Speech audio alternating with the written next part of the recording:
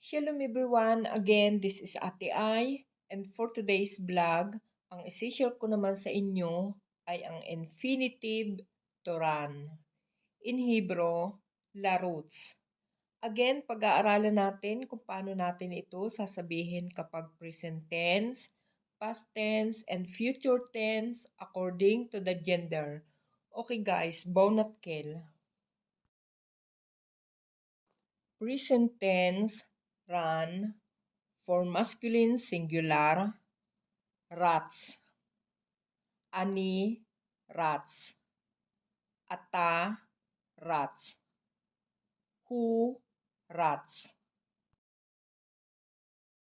Present tense, run. For feminine singular, radza. Ani, radza. At, radza. He, radza. Present tense, run. For masculine plural or mixed gender, ratzim. אנחנו רצים. אתם רצים. הם רצים. Present tense, run. For feminine plural, רצות. אנחנו רצות. אתן רצות. הן רצות. Okay guys, for past tense, run. רצתי. רצת. רצת. רץ. רצה. רצנו. רצתם. רצתן. רצו. רצו. Okay guys, for future tense, will run. אני ארוץ. אתה תרוץ. את תרוצי. הוא ירוץ.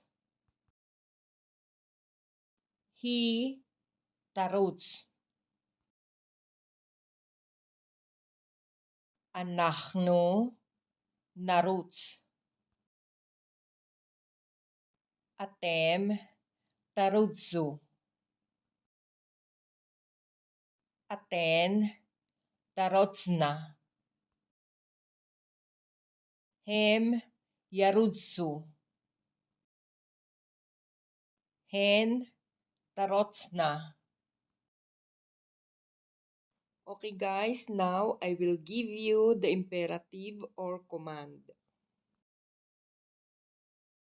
Imperative, run. For masculine singular, roots. Imperative, run. For feminine singular, rutzi. Imperative, run. For masculine plural, rutzo.